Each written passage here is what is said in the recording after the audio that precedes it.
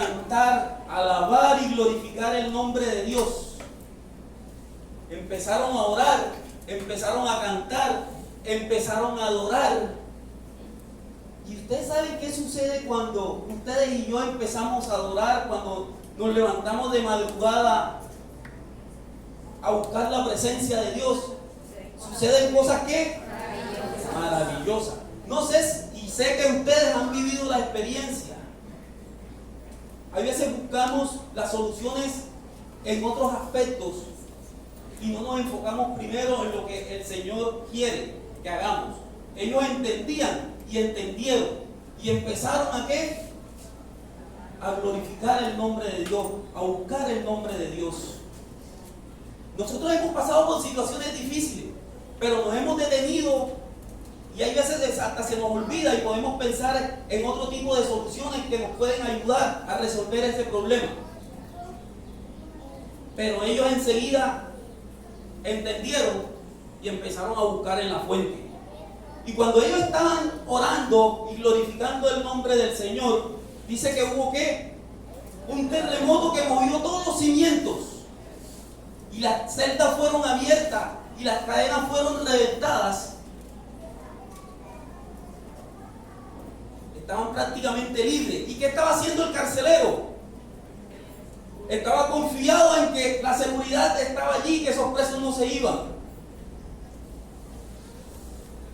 ¿Y qué sucedió? El carcelero se levantó, ¿cierto? Pero quiero que entiendan que cuando glorificamos el nombre de Dios, suceden cosas. Cuando mi hija iba a entrar a la universidad, nosotros estábamos preocupados porque las puertas se habían cerrado. De pronto eran las puertas cerradas desde más adentro. Y no había por dónde ayudar y resolver la situación para que ella entrara. Aunque ya estaba admitida, no estaban dadas las condiciones para pagar ese semestre. Y las puertas estaban cerradas. ¿Y qué hizo mi esposa y yo?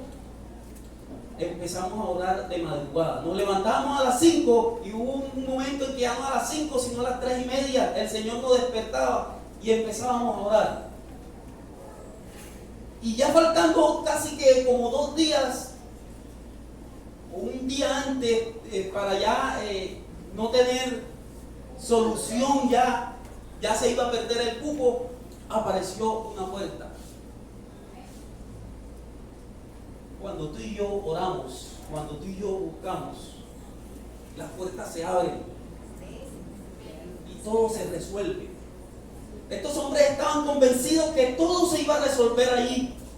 Y cuando empezó el terremoto y los cimientos se temblaron, se dieron y se abrieron las puertas, el carcelero que estaba confiado despierta y ve que todo, ¿qué sucedió aquí? Temblando, porque la situación de él no era fácil.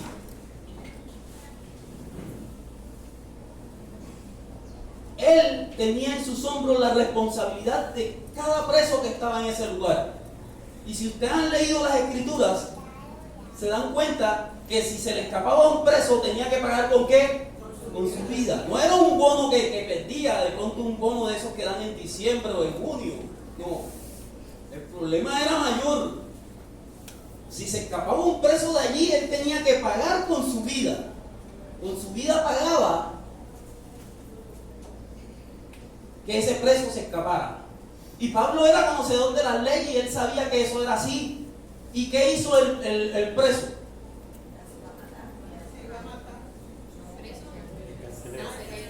¿Qué hizo el carcelero? Cogió su espada, se la colocó aquí, no sé, de pronto del lado del corazón, y solamente era con el peso de su cuerpo y que se hundiera y caía. Y allí se acababa todo. ¿Estaba el carcelero preparado para partir en ese momento? no estaba preparado. ¿Está usted y yo estamos preparados para partir con el Señor si nos toca irnos ahora? El carcelero de Filipo no estaba preparado. Pero él iba a tomar una decisión ¿qué? Fatal. Iba a tomar una decisión fatal porque ya no le quedaba otra. Ustedes saben cuántas personas hoy en día se han ido de esta tierra sin una preparación espiritual y han tomado una decisión fatal porque su condición económica se acabó, porque tienen una enfermedad terminal y ya no hay solución. ¿Cuántas personas no se han ido? ¿Y cuántas otras sí en el último instante han podido escuchar la palabra y ser salvos, como este carcelero? Cuando ya el instante que se va a matar, se oyó una voz por ahí adentro que dijo, ¿y era la de quién? La de Pablo. Detente, no lo hagas. Todos estamos aquí, nadie se ha escapado. Y él temblando pidió luz y entró y vio que todos estaban allí. Pero quiero detenerme allí un poco y que analicemos cómo está nuestra preparación espiritual para llegar a la presencia de Dios. Si partimos hoy de este lugar, si estamos preparados para un encuentro con Él, si estamos preparados. El carcelero no lo estaba. Afortunadamente hubo alguien que en el momento le dijo, ¿te ha sucedido? Tú que conoces la palabra, ¿has podido llegar a una persona antes de que haga aquello y tome esa decisión y has podido hacer algo por ella? Muchas veces pensamos que la vida de nosotros se puede extender y pensamos que el día de irnos está lejos todavía. Pero déjame decirte que hay personas que se han muerto al salir de su casa por una bala perdida. Hay personas que a través de un accidente han perdido la vida. Y les comento, el mensaje no empezó desde ahora, el mensaje empezó desde que estaban esta mañana aquí en la acción de gracias. Cuando dos niñas se pararon aquí y daban testimonio de que una de ellas venía de Barranquilla y el bus ¿qué? Se volcó. Ese bus que venía con una gran cantidad de personas, ellos estaban en sí pensando que ese podía ser su último día. ¿Has pensado tú cuál puede ser tu último día? Tenemos que estar preparados, como cuando hacemos un viaje. La vida es un caminar, es un sendero. No sabemos en qué momento la vida se nos puede apagar. Y por eso debemos estar preparados. El carcelero de Filipo no lo estaba, pero gracias que tuvo esa oportunidad y el Señor se lo permitió a través de Pablo. Detente, no lo hagas. Tengo algo para ti que puede cambiar tu vida, la tuya y la de tu familia. Debemos de estar preparados para un encuentro. Yo tengo una fecha en mi mente y que nunca se me ha borrado y sé que no se me borrará. Nunca había estado tan cerca de la muerte hasta ese día. Fue el año pasado, para el mes de junio, 30 de junio, no se me olvida. Salí yo de la casa a las 7:30 de la mañana, llegué allá a Caribe Plaza a las 8. Mi jefe en Barranquilla me llamó, el ingeniero: Jorge, llégate a Caribe Plaza, que el chiller está poniendo problemas y hay una sala que no está funcionando bien. Mi otro compañero estaba en otro, lo habían mandado a otro trabajo y me tocó solo. Pero cuando yo llego allá, el coordinador de Cine Colombia, el coordinador técnico, me dice: Jorge, el problema no es en el chiller, es en la sala 3. Necesito que me colabores y te subas de la parte de atrás del teatro donde ustedes ven el cine, de la parte de atrás de la pantalla hay unas escaleras de gato, una a la derecha y otra a la izquierda, y había que ver la ductería por donde el aire salía. De pronto era un ducto que estaba abierto, entonces necesito que subas y me colabores. Me dio una linterna, yo no la prendí, eso estaba totalmente oscuro. Y yo empecé a subir la escalera de gato. Cuando llegué a 6 metros, no me puse arnés, no me puse nada, como trabajé en la refinería y subía a 100, 150 metros de altura. Eso es un visaje, 6 metros. Eso es un visaje. Y como otras veces me había subido y no había pasado nada, y subí, cuando uno llega hacia la escalera de gato, hay un descanso. O sea, era más arriba que tenía que llegar, pero llegué a un descanso como a 6 metros. Cuando llegué, hay un descanso, 2 travesaños metálicos que agarran de la escalera metálicos y se comunican con la otra escalera que les dije, una a la derecha, otra a la izquierda. Cuando yo me subo en las tablas, como estaba oscuro, yo no pude ver y pensé que todo estaba. Cuando yo llegué ahí sentí ¡prac! Me fui entre los 2 travesaños. La tabla está sobre los 2 tubos y yo me voy entre el medio de los 2 tubos. Yo mido 1,81. Ya ustedes se imaginan la distancia de aquí al impacto del travesaño que estaba adelante, que fue el que me rompió aquí en la barba. 8 puntos por fuera y como 6 por dentro. Me abrió, yo pues no quise mostrar la foto, iba a decir, pero dije, no voy a hacerlo. Ustedes hubieran visto cómo se me abrió la barba. Pero ustedes saben que es una caída a 6 metros. Una caída libre a 6 metros. Si el travesaño me golpea, de pronto estoy más acá, de pronto me golpea acá atrás y no estuviera aquí. Cuando yo caí, créanme que parece que hubiera un colchón ahí abajo, yo no sentí nada. Es más, cuando caí yo pensé, no me pasó nada, me salió barata. Pero el compañero que estaba, el coordinador, él alumbró con su celular porque la linterna que llevaba en la mano se perdió. O sea, eso se partió, de allá arriba se partió. De allá arriba cuando cayó se desarmó. Él cogió la linterna y me miró y yo estaba allí sentado y yo dije, Germán, no me pasó nada. Me dice, pero está sangrando. Cuando yo hice así, sangre y el oído izquierdo, en el ducto del oído izquierdo, el impacto hizo que se me abriera un poquito el ducto y estaba sangrando también. ¿Quién me recibió en la clínica del mar? Linda. Linda me recibió en la clínica del mar. Ella puede dar testimonio de eso. Y en ese momento, cuando yo caí, yo lo que pensé fue en mi familia, en mis hijos, mi esposa. Me sentí como irresponsable porque no hice lo que tenía que hacer, utilizar los elementos de seguridad. Pero el Señor me dio otra oportunidad. Pero si me hubiera tocado irme en ese momento, yo estaba seguro de que iba a estar en la presencia del Señor. ¿Está usted seguro de que si parte de aquí está en la presencia del Señor? ¿Está seguro que si le toca irse hoy o mañana está en la presencia del Señor? ¿Cuántas personas no han salido un paro cardíaco y ahí quedaron?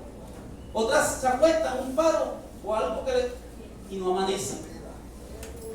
¿Está usted preparado para un encuentro con el Señor? Si usted mira la Biblia, va a mirar muchos pasajes. Si miran al rico y Lázaro, se dan cuenta de la historia del rico y Lázaro. Todo lo que hizo el rico, él no tuvo que ver con nada, sino todos los días era fiesta, era parranda. Y al final, ¿qué? Tuvo su lugar, ¿cierto?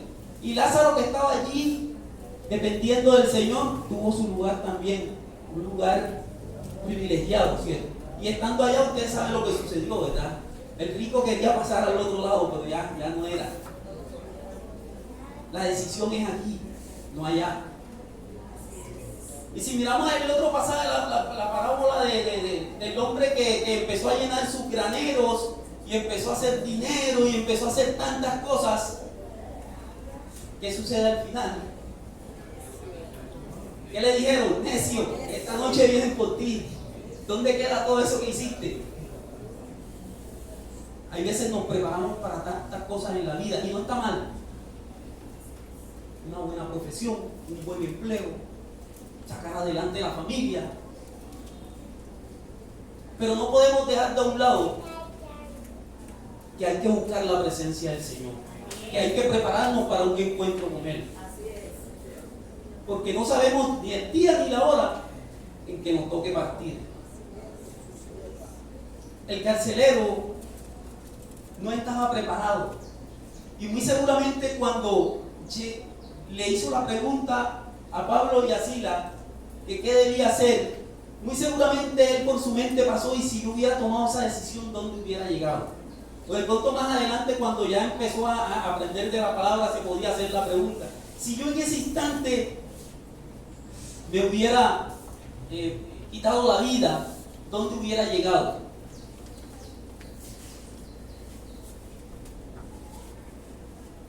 Es momento de reflexionar, es momento de hacer un alto en el camino y de mirar que si la vida que estamos llevando es la que es acorde al Señor. Dice que entonces, pidiendo luz, se precipitó adentro y temblando se postró a los pies de Pablo y de Silas, y sacándolos les dijo: señores, ¿qué debo hacer para ser salvo? ¿Ustedes piensan qué debemos hacer para ser salvos? ¿Debemos hacer algo para ser salvos? Primero tenemos que reconocer que somos pecadores, arrepentirnos, aceptar al Señor Jesús, vivir conforme a la palabra. Un predicador famoso, después que terminó su mensaje, que ya él tomó el tren para irse, un muchacho se empieza a correr y desde allá, desde la distancia, le dijo: Señor, dígame qué tengo que hacer para ser salvo. Y él se lo quedó viendo y le dijo: ¿Qué debes hacer? Nada. No debes hacer nada, porque ya lo que tú y yo teníamos que hacer, ya lo hizo el Señor. Ya. Pero aquí también tenemos que tener en cuenta que para nosotros llegar a la presencia del Señor tiene que haber una ¿qué? Un arrepentimiento, ¿verdad? Es como una condición, una sola. ¿Y por qué traigo esto a colación, hermano?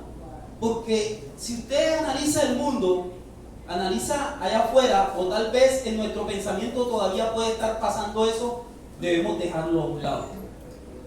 Muchos podemos estar pensando todavía que debemos hacer un tipo de esfuerzos para llegar a la presencia de Él.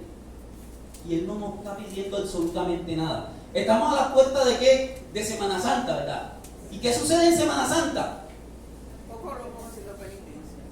Hay unos que se dan una juguetera, ¿verdad? En la espalda, así, y ahí suben la copa. Allá en Bogotá, en el cerro de Monserrate también, de rodillas y dándose unos azotes, porque tienen que hacer un tipo de sacrificio para que el Señor pueda verlos con buenos ojos.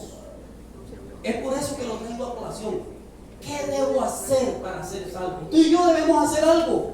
No, es una pequeña condición nada más que nos pide. ¿Cuál es? Cree en el Señor Jesucristo y serás salvo. ¿Qué? Tú y tu casa. Y allí también quiero hacer una parte. Hay veces muchos de nuestros hijos, de nuestros familiares, piensan que porque nosotros venimos a la iglesia es que ya ellos están salvos. Y no es así. La salvación es que individual. Que nosotros, conociendo ya la palabra, las puertas van a estar abiertas para que ellos también entren y conozcan. Nuestros hijos, nuestros tíos, tías, nuestros familiares. En la medida en que nosotros le hablemos, ya hay una puerta abierta, una posibilidad para poder conseguir ese regalo gratuito que el Señor nos da.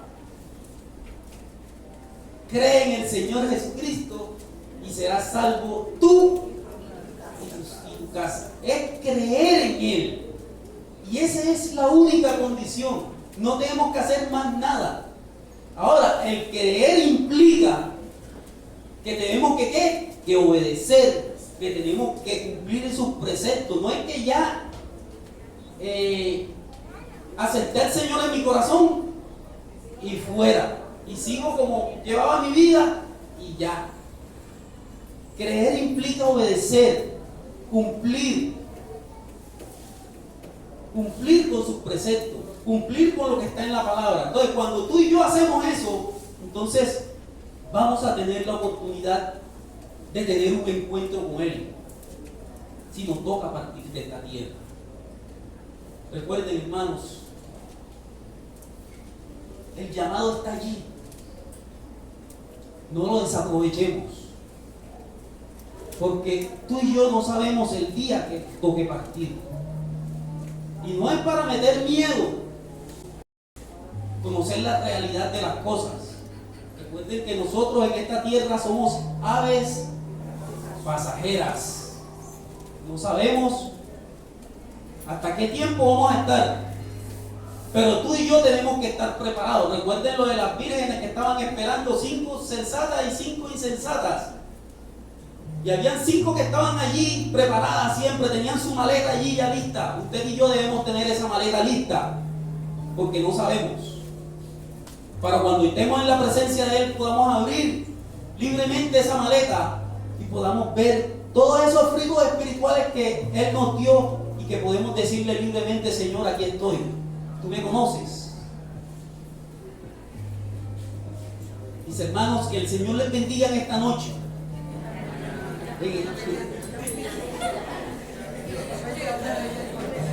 Oigan, les digo algo.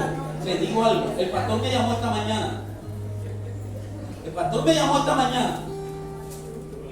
Oró conmigo, me dio algunas instrucciones y me dijo: Jorge, recuerda que es en la mañana, ¿oíste? Cuando vayas a empezar, entonces cuando yo empecé estaba pendiente, pero ahora, al final, ya. Así pasa. Entonces, hermano, queremos que sea de bendición esta palabra en esta mañana, que sea de edificación, y que usted y yo podamos salir convencidos de aquí, de que el Señor tiene unos planes grandes y maravillosos en la vida de cada uno de nosotros. Y recuerden que cuando tengan una situación difícil, no sé cuántos la puedan tener, no sé cómo han venido tú en esta mañana, si has venido cargado, pero recuerda que la solución no es tomar una decisión fatal. La solución está en Él. Cuando tengas un problema de cualquier tipo, llega a tu aposento. Si puedes hacerlo de madrugada, hazlo. De rodillas. Glorifica el nombre de Él. Pídele al Señor por esa situación y Él va a abrir esas puertas como lo hizo con Pablo y con Silas. Dios te bendiga. Te invito a que te coloques de pie.